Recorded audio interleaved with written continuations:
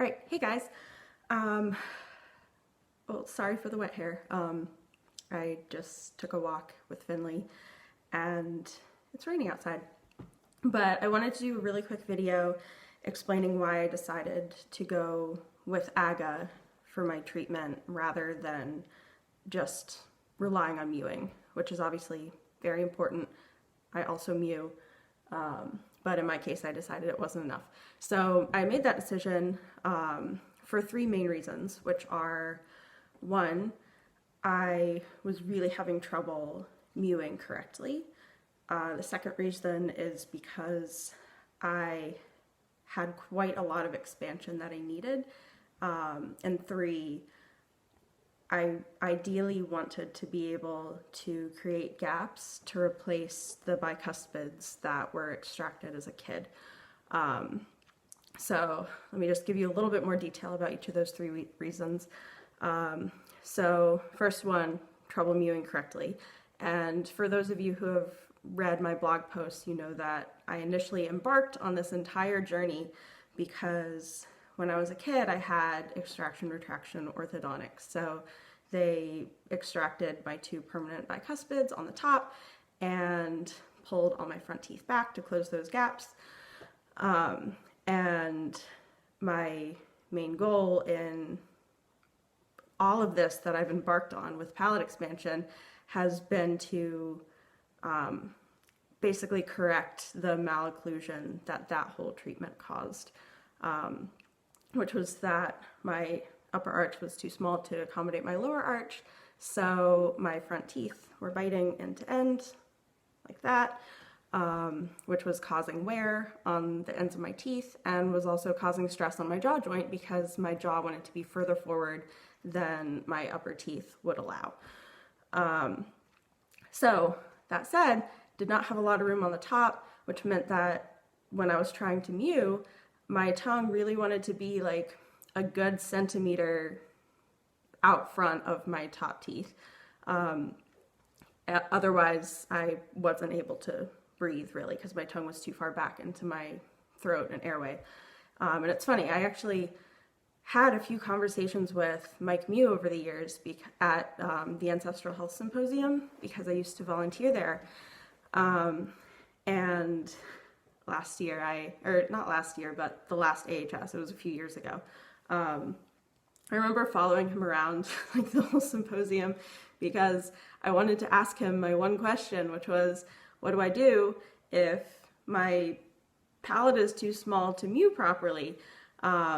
And I finally got to ask him my question. I was like, hey, do I just let my tongue stick out in front of, like in between my teeth and have my teeth apart? Or do I like curl it down like behind my front teeth and behind my bottom teeth? Or like, what do I do? And he basically just like took a deep breath and sighed and was just like, it's hard. And I was like, okay, I don't know what to do with that. I don't know how to proceed. And like, it was fine. He had a lot of other people asking him questions that were easier to answer. But basically I left not feeling like I had a good mewing technique that would progress me in a reliably good way. So that was the first reason. Second reason, had a very long way to go for expansion, again, because I was missing those two front teeth, or two upper teeth. And, you know, mewing is great and all, but it's small forces over a long period of time.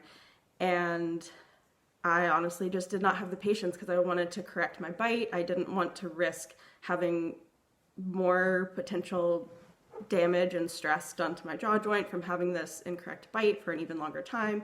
So I just wanted something that was going to be a little bit more aggressive. And then the third reason, wanting implants, that one's pretty self-explanatory. Mewing was not going to create gaps where you can actually replace teeth. Versus AGGA is actually perfect for that because what you end up with is a giant gap on each side where you can easily stick an implant, which in my case will replace the teeth that I should have anyway. And I think in the long run, that'll make it easier for me to achieve and maintain proper occlusion all around my dental arch. So those were the 3 main reasons that I decided to go with the AGGA treatment rather than relying on mewing alone. That is not to say that I think AGGA is better than mewing. Even if that were the case, you would like still want to mew in concert with AGGA. But I don't think that AGGA is the best choice for everyone, or even for most people.